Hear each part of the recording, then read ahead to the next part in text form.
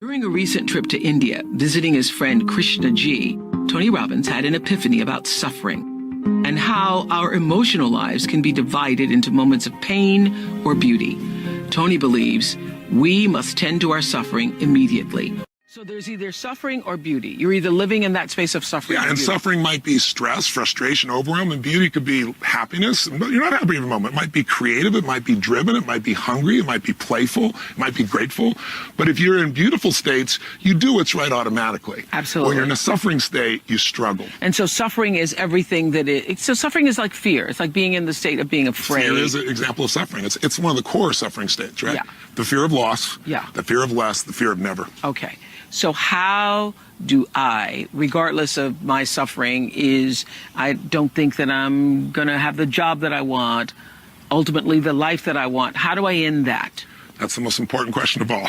Yeah. So the answer to that question sounds overly simplistic.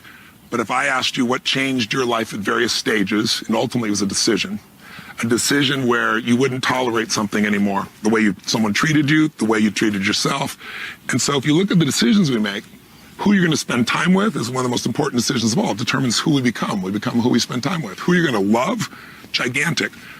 But I can't control what's going to happen to your lover or your husband or your wife or your children. You can't either. There are things beyond our controls. Yeah. I can't control what's going to happen to your finances. What I can help you control is the one thing you can control, not the outside world, and that's your inside world. Yeah. The most important decision is to end suffering. Yes. If you decide you're going to end it, it doesn't mean you won't feel it again. Yeah. It just means when it comes up, you let go of it immediately. And the way you let go of it is you recognize what's going on. I've always said the most selfish person is someone who commits suicide because they can't think about anybody but themselves. To be depressed, you have to be focused on yourself. So suffering comes from excessive obsession with yourself and some sense of loss less than ever.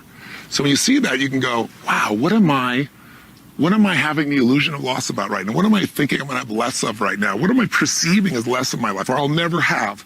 Because it's an illusion. And all you have to do to shift from that is first you have to make the decision that says, this is how I live. We all get what we tolerate. So if you all get what we tolerate. Yeah, in relationships, in ourselves, Absolutely. in our businesses, in our bodies, in our lives. And so you have to step up and say, Tweetable moment, we all get what we tolerate. That's true.